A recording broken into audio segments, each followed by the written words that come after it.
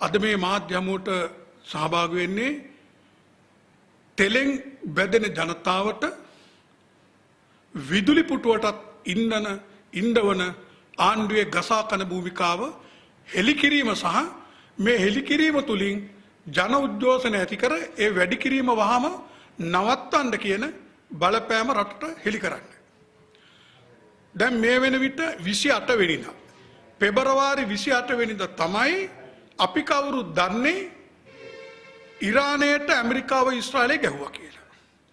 ඒ 28 වෙනිදා තමයි petrol ලීටරයක් diesel ලීටරයක් ගොඩබාන මිල කොළඹ වරායට රුපියල් 148ක් 185ක් වෙච්ච එක තමයි ඒ මොහොතේ ආණ්ඩුව ගසා කන සූත්‍රයකට 28 වෙනිදා වැඩි කරේ 292ට විකුණන මොහොතේ 293 කරා පෙට්‍රල් ලීටරයක් ඩීසල් ලීටර 277කට විකුණුප එක 281 කර 4ක් වැඩි කරලා සුපර් ඩීසලුත් 6ක් වැඩි කරා. මේ ආණ්ඩුව බාර ගන්න ඉස්සෙල්ලා ආණ්ඩුව ඉතාපැල ගොඩ බාන මිලට රුපියල් 10ක් නෙමෙයි 50ක් හරි තියලා විකුණුවා නම් ඊටත් වැඩිය ගසා කන මොහොතකේ තිබුණු ගාන තමයි වැඩි කරේ. 28 වෙනිදා ඒ වැඩි කරලා දින 3ක් නිවාඩුව තියනවා කියන එක දැනගෙන 1961 බණ්ඩාරනායක මැතිණිය අපේ පිරිපා අපේ බෙදා හැරීම් කණිත්‍ය රටට බාරගත්තට පස්සේ නිවාඩු සියලු දවස්වල එක දිගට තියෙනවා නම් පළවෙනි දෙවෙනි දවස්වල අඛණ්ඩව බෙදනවා. ඒක නවත්තලා පොලිම ඇති කරලා ඇති වෙනකන් තෙල් තියනවා කියලා මාර්තු මාසයේ ඉන්ධන මිල වැඩි වෙන්නේ ආපහු අප්‍රේල් වලට කියලා පැහැදිලි කියපු ආණ්ඩුව 9 වෙනිදා යලි ඉන්ධන මිල වැඩි කරා රුපියල් 24කින් 25කින් 22කින් 24කින් සහ භූමි තෙල් 13කින් මේ ගසා කන මිලෙන් හෙන්න ගහන සහ ගහන මිල තමයි භූමි තෙල් රුපියල් 13කින් වැඩි කිරීම. මොකද අතිගරු ජනාධිපතිතුමා නම් කියන භාෂාවෙන් සත්‍ය භාෂාවෙන් පිරිපහදු තෙල් බැරල් එකකට වඩා බොර තෙල් බැරල් එකක් 117ක් අඩුයි.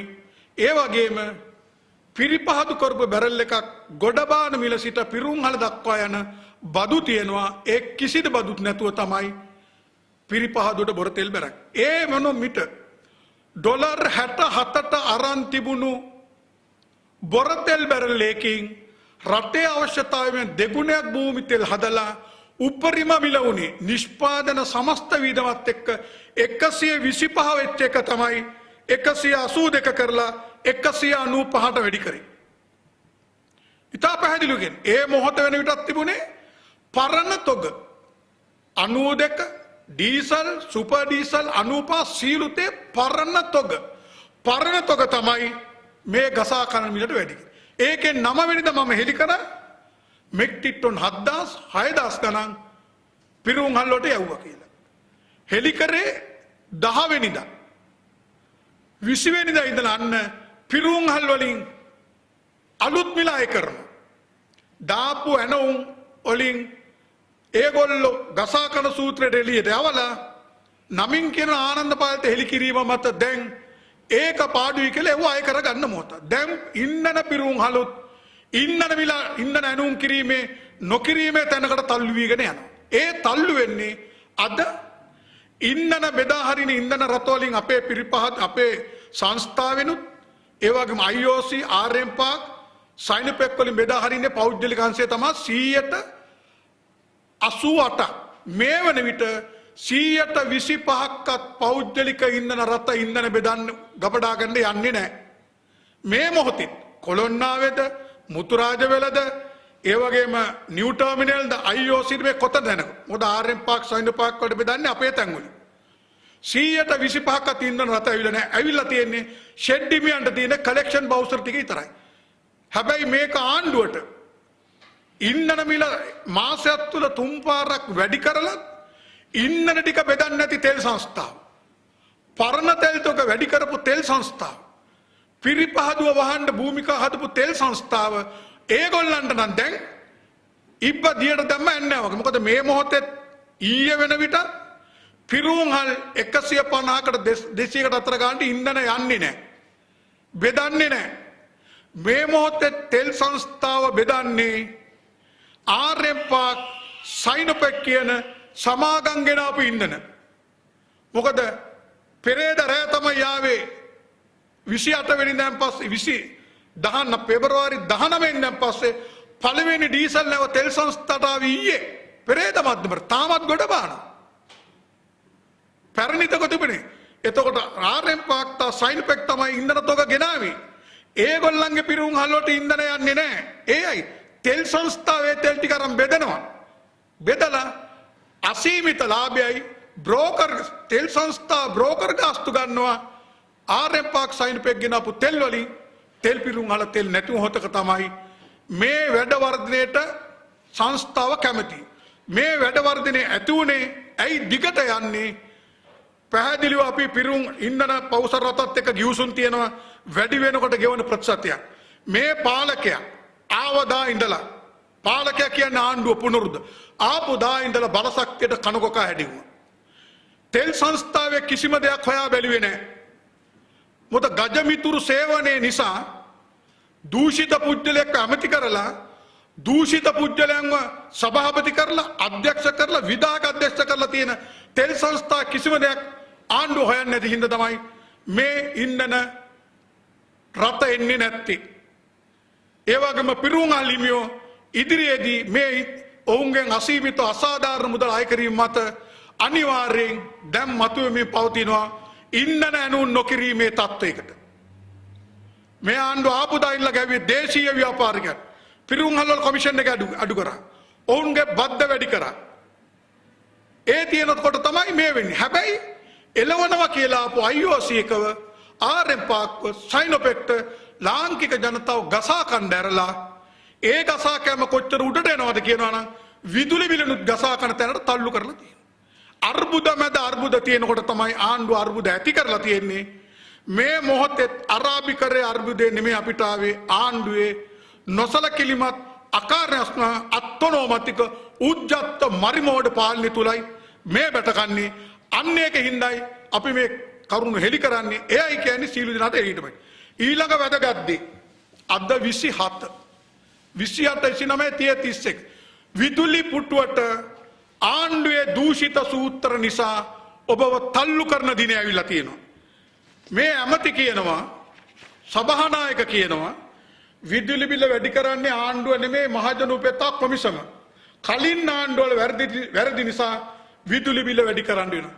මම කියනවා කරුණු එක්ක හින්දා කියනවා ඔය කට උලන්න ඕනේ ගම්මිරිසුයි කොච්චි තියෙන ගලක උලන්න ඕනේ.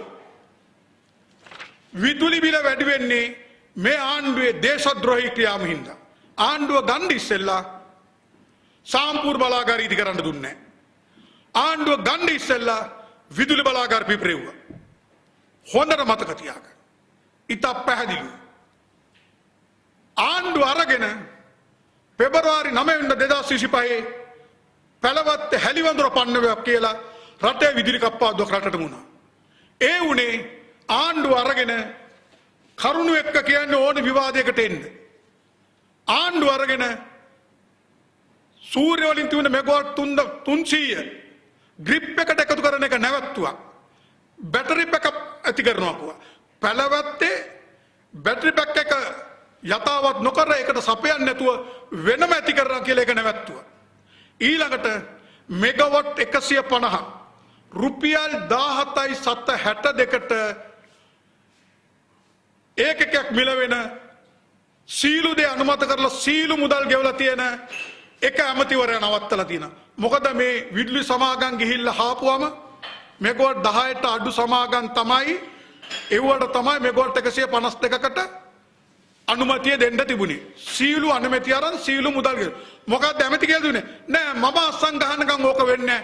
මගේ බල ඇමති ආසන නොගහපු නිසා පුනරුද ආණ්ඩුව විදුලියට සූර්ය බලය එකතු කරන්න නොදුන්නේ ඉන්න තමයි දැන් විදුලි අර්බුදය ඇවිල්ලා තියෙන්නේ. බාලාංගුරු ඇතුනේ ඔක්කොම කතන්දර එළියට දාන්නම් අයින් කරමු එකම දෙයක් හින්දා කරුණු දෙක. එකක් රිජෙක්ට් වැලියු කියන වගන්තිය ගිවිසුමට ඇතුළත් කරේ නැහැ. ගල් අඟුරු වල හරි ඉන්ධන අරවල රිජෙක්ට් පොසිෂන් එක දාන්න ඕන. ස්ථානේ. ගල් අඟුරු බලාගාරය හැදියේ 2010. තෙල් සංස්ථාට මිල ක්‍රමයේ පිරිවිතරෙන් හැදුවේ 1961. ඒ අනුව ඉතා පැහැදිලි මොකද්ද? රිජෙක්ට් වැලියු එක නොදා මිනිමම් වැලියු කියලා දාපු වචනේ හින්දා තමයි අදත් මේ බිලියන ගණන් පාඩු වෙලා ජනතාවට විදුලි පුටුවට එන්න තැන යන්නේ. අපි මහජන උපයෝගිතා කොමිසමේ අධ්‍යක්ෂ ජනරාල්ව මම දුරකථනයෙන් කරුණු සහිතව දැනුවත් කරා. තවත් අධ්‍යක්ෂවරයෙක්ව දැනුවත් කරා. විදුලි බිලට අත තියන්න අයිතියක් නැහැ. එහෙනම් ඉතා පැහැදිලිව කියනවා විදුලි බිල වැඩි කරන්න බෑ.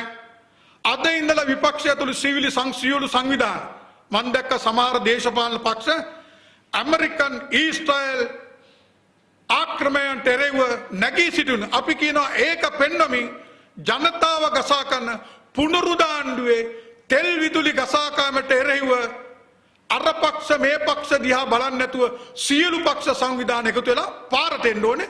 විදුලි බිල වැඩි කිරීම නැවැත්වීමට වැඩි කරන්න අයිතියක් නැහැ. අනිවාර්යෙන් විදුලි බිල වැඩි ඉන්ධන බිල වැඩි කරනවා. ඒ වගේම දැනුත් අවශ්‍ය ප්‍රමාණයට නිකුත් කරන්න ඩීසල් නැහැ. වගකීමෙන් කියන්නේ අපු නැවත් එක්ක සංස්ථාව කියන දිනකට මෙට්‍රික් ටන් 4800ක් බෙදනගෙන 4800ක් බෙදනවා නම් දින 10කට පමණයි ඉන්ධන තියෙන්නේ. මොකද කැලණිතිස්ස බලාගාරයට ඩීසල් දෙන්න වෙලා තියෙනවා. යුගදනි බලාගාරයට දැවිතෙල් දෙන්න වෙලා තියෙනවා. සොදිත් බලාගාරයට දෙන්න වෙලා තියෙනවා. ඊට අමතරව පළමු වතාවට අවුරුදු 15කට පස්සේ නොරොච්චෝලේ බලාගාරයට ඩීසලුත් දාන්න වෙලා කියලා. ඒකින්ද ඉන්ධන අර්බුද එනවා. මිලත් වැඩි කරනවා. ආණ්ඩුවේ ගසා කෑමේ සූත්‍රයට ආණ්ඩුව විදුලි සාධාරණ මිට ලබා දීමේ ක්‍රමවේද ඇහිරීමේ දූෂිත ක්‍රියාවලින් විදුලි බිල වැඩි කරන්නත් ඉඩ නොදිය යුතුයි.